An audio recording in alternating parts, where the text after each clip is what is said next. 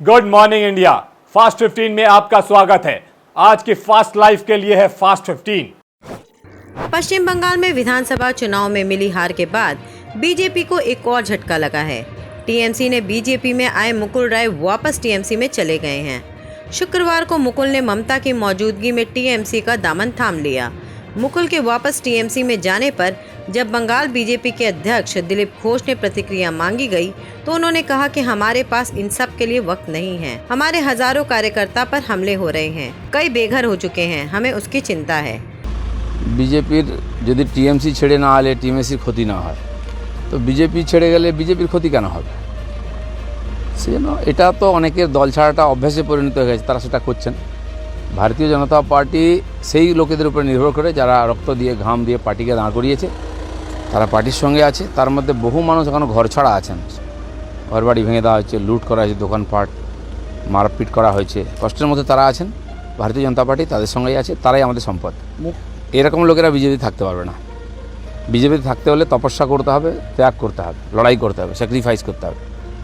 যারা কেবল ক্ষমতার স্বাদ নিতে চান, ভোগ করতে চান বা ক্ষমতায় এসে যত রকম ধান্দা হয় করতে চান, তারা বিজেপি থাকতে পারবেন না, আর থাকতে দেবো না আমরা। बांग्ला एक्ट्रेस और टीएमसी की सांसद नुसरत जहां पिछले कुछ महीने से अपनी टूटती शादी की खबरों को लेकर चर्चा में थी। नुसरत जहां की शादी और प्रेगनेंसी के हंगामे के बीच अब बेबी बम्प में एक्ट्रेस की फोटो सामने आ गई है। बेबी बम्प फ्लैट करती नुसरत की इस तस्वीर ने उनकी प्रेगनेंसी की खबरों को कंफर्म कर दिया है। पिछले कई दिनों से नुसरत जहां के गर्भवती होने की चर्चा चल रही थी। किसान आंदोलन में एक नया विवाद जुड़ गया है। दिल्ली पुलिस के 2 असिस्टेंट सब इंस्पेक्टर की कुछ आंदोलनकारी किसानों ने पिटाई कर दी। घटना 10 जून की बताई जा रही है। सिंधु बॉर्डर पर दोनों पुलिसकर्मी फोटो खींच रहे थे। आरोप है कि आपत्ति के बाद कुछ किसानों ने उनकी पिटाई कर दी। नरेला पुलिस थाने में एफआईआर दर्ज करा दी गई है। वहीं किसान नेता राकेश टिकैत ने पूरी घटना का डाउन प्ले करने की कोशिश की। टिकैत ने कहा कि वो पुलिसकर्मी सिविल ड्रेस में होंगे। उनको लगा कि चैनल के लोग हैं और हमें गलत तरीके से दिखा रहे हैं। हमारे लोग मारपीट नहीं करते। सिविल ड्रेस में होंगे और वो उस तरह की फोटो दिखाते हैं कुछ खींच के। उनको लगा होगा कि चैनल के लोग होंगे और हमारी मूवमेंट को गलत तरीके से वो करते हैं।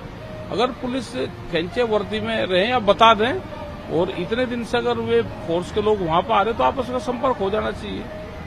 गलत तरीके की साइड के फोटो दिखा रहे होंगे, वे कुछ वो कर रहे होंगे तो हो गया होगा। कोई मारपीट नहीं हमारे लोग करते, उनको रोका गया होगा, बुझा गया होगा उनसे कि आप कौन हो। और पुलिस के लोग और सरकार तो ये चाहती है ना कि हम किसानों सब वैसे पंगेबाजी कुछ करें। वे खींच ले, बता दे कहा उनको फोटो चाहिए, ये कह रहा कि कुछ नहीं हुआ होगा, उनसे बुझा होगा। हम भी यहाँ पे आते हैं पुलिस के लोग तो उनसे पूछ लेते हैं कि भाई आप कौन हैं, तो ये बता देते हैं। उनको फोटो खींचना खींच लो, हम तो अपने आप ही फोटो खिंचवा देते हैं जहाँ का खींचना उनको, मगर ये फोटो खींच कर इनको भेज दो।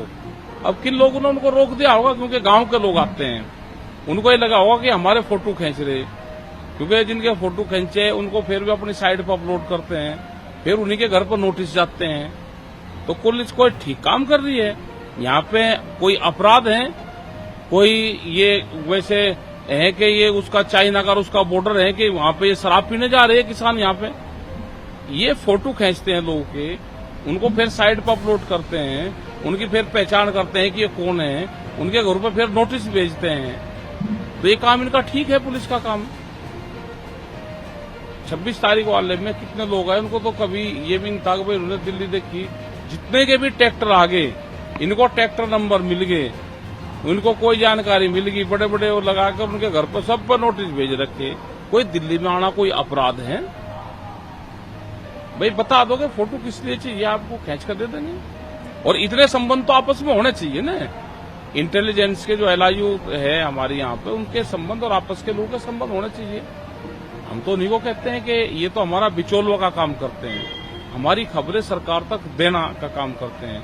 लेकिन अगर नियत ये होगी कि हमको खिलाफ एफआईआर करनी है तो उनको उसके लिए बहाना चाहिए कुछ न कुछ, और वहां पे कह दो कि मेरे साथ में धक्का मुक्की करिए, मुझे कुछ कहा, वैसे नहीं कोई कहता। कश्मीर घाटी में आमने सामने की लड़ाई में हार के बाद से आतंकी संगठन बौखलाए हुए हैं। जिस वजह से वो छिपकर जवानों और घाटी के लोगों को निशाना बना रहे हैं। शुक्रवार सुबह आतंकियों ने शोपियां जिले से एक नाका पार्टी को निशाना बनाकर हमला किया, जिसमें 2 पुलिसकर्मी शहीद हो गए, जबकि 2 आम नागरिकों की भी मौत हो गई। घटना के बाद से पूरे इलाके को घेर कर सर्च ऑपरेशन चलाया जा रहा है। सीबीआई ने शुक्रवार को गुजरात की एक कंपनी और इसके निर्देशक के खिलाफ यूनियन बैंक ऑफ इंडिया से 134 करोड़ 34 लाख रुपए की धोखाधड़ी मामले में एफआईआर दर्ज की है। जांच एजेंसी ने मुंबई से 6 जगहों पर छापा मारकर अहम दस्तावेज भी बरामद किए। एजेंसी ने बताया कि गुजरात के कच्छ में गांधीधाम स्थित associate high pressure technology private limited, इसके निर्देशक रामचंद के इसरानी, मोहम्मद फारूक सुलेमान दरवेश, श्रीचंद सदमा दास अगीचा, इब्राहिम सुलेमान दरवेश और अज्ञात सरकारी कर्मचारी तथा अन्य के खिलाफ एफआईआर दर्ज की गई है। महाराष्ट्र के नासिक में जंगली जानवरों का आतंक बढ़ता जा रहा है। हाल ही में सोशल मीडिया पर एक ऐसा वीडियो सामने आया है जिसे देख नासिक वाले रात को घरों से बाहर निकलना छोड़ देंगे।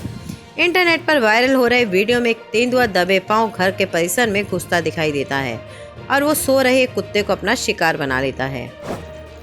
भारत में कोरोना वायरस का कहर अब खत्म होता तो दिख रहा है। देश में कोरोना 70 दिनों के अपने सबसे निचले स्तर पर आ चुका है। केंद्रीय स्वास्थ्य मंत्रालय की ओर से शनिवार सुबह जारी आंकड़ों के मुताबिक पिछले 24 घंटे में देश में 44,332 नए मामले दर्ज किए गए हैं, जो पिछले 70 दिनों में सबसे कम है। वहीं इस दौरान 4,002 मरीजों की कोरोना से मौत हो गई। मायानगरी मुंबई में मानसून की पहली बारिश ने दस्तक के बाद पिछले 2 दिन से लगातार बारिश का सिलसिला जारी है। तेज बारिश के चलते मुंबई पानी पानी नजर आ रहा है। सुबह भी कई इलाकों में भारी वर्षा हुई, जिससे अंधेरी बसवे में पानी भर गया। कुर्ला, सांता क्रूज, अंधेरी सहित कई इलाकों में भारी वर्षा के कारण जल प्रभाव से स्थानीय लोगों को काफी परेशानियों का सामना करना पड़ रहा है। पीएनबी घोटाले में भगौड़ा हीरा कारोबारी मेहुल चोकसी की मुश्किलें बढ़ती दिख रही हैं। डोमिनिका हाईकोर्ट ने मेहुल चोकसी को जमानत देने से इनकार कर दिया है। हाईकोर्ट ने मेहुल चोकसी को फ्लाइट रिस्क होने की वजह से जमानत देने से इनकार कर दिया। ये मामला केरल के पलक्कड़ के अयालपुर गांव का है, जहां घरवालों ने 11 साल पहले लापता लड़की को खूब ढूंढा, लेकिन जब कुछ पता नहीं चला तो घरवालों ने उम्मीद छोड़ दी। अब जाकर पता चला है कि वो युवती इतने सालों से पड़ोस में ही अपने प्रेमी के साथ रह रही थी। हैरानी की बात यह है कि लड़के के घरवालों को भी इस बात की भनक नहीं थी। दिग्गज अभिनेता दिलीप कुमार को 11 जून को मुंबई के पीडी हिंदुजा अस्पताल से छुट्टी मिल गई। सदाबहार अभिनेता को 6 जून को सांस लेने की शिकायत के बाद मुंबई के खार के पीडी हिंदुजा अस्पताल में भर्ती कराया गया। यूएस रेगुलेटर ने भारत बायोटेक की कोरोना वैक्सीन कोवैक्सीन को इस्तेमाल के लिए आपात मंजूरी देने से इनकार कर दिया है। अब इसका भारत पर क्या असर होगा, इसके बारे में NITI आयोग के सदस्य BK पॉल ने बताया। अपना कुछ चीज़ें कॉमन हो सकती हैं बाकियों के साथ, कुछ अलग हो सकता है, उनकी अपनी पैरामीटर्स हैं, हम उसकी इज्जत करते हैं। हमारे देश का रेगुलेटरी सिस्टम भी इसी प्रकार अपने तरह से डिसीजन लेता है। साइंटिफिक फ्रेमवर्क सेम होता है, लेकिन नुआंसिंग उसकी जो है वो कॉन्टेक्स्ट के हिसाब से होती है। जैसे हम लोग भी ट्रायल मांग रहे अभी तक, जो वैक्सीन बच्चों के लिए लगे हैं, वो एक ज़रूरत उसकी थी कि हमारी कंपनीज बनाती हैं। जब हमारे इस कॉन्टेक्स्ट में, इस एरिया में हमारे बच्चों पे उनके न्यूट्रिशनल स्टेटस, उनका जेनेटिक बैकग्राउंड और इन सब को होते होते क्या वो इफेक्टिव हैं कि नहीं है, क्योंकि इफेक्ट ऑफ सर्टन वैक्सीन से रोटा वायरस जो डायरिया को प्रोटेक्ट करता है वो वेरी कर जाता है कि गट फ्लोरा क्या होता है, न्यूट्रिशन क्या है। It may not be the same for Argentina, there is a different cohort of people. तो ये साइंटिफिक कंसिडरेशंस हैं और उनको मद्देनज़र रख के कुछ नुआंसिंग, कुछ फ़र्क भी हो सकते हैं, खासकर उन देशों में जहाँ पे कि साइंस स्ट्रॉन्ग है और हमारे लिए मैन्युफैक्चरिंग स्ट्रॉन्ग है। तो उन्होंने ये फैसला किया है। We respect that decision and we expect that our manufacturer will be able to comply with it by doing whatever it requires to be done. It has no impact whatsoever on our own program.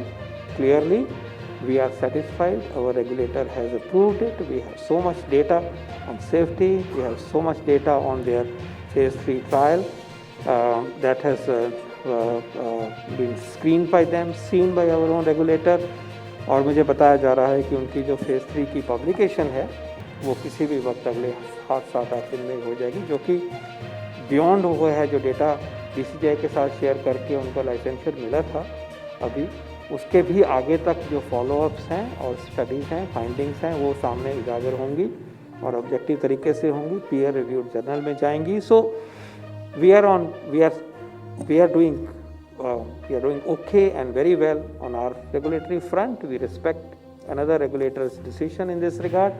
Their decision has no bearing on our track at this moment. Haryana board ने 10वीं कक्षा का result घोषित कर दिया है।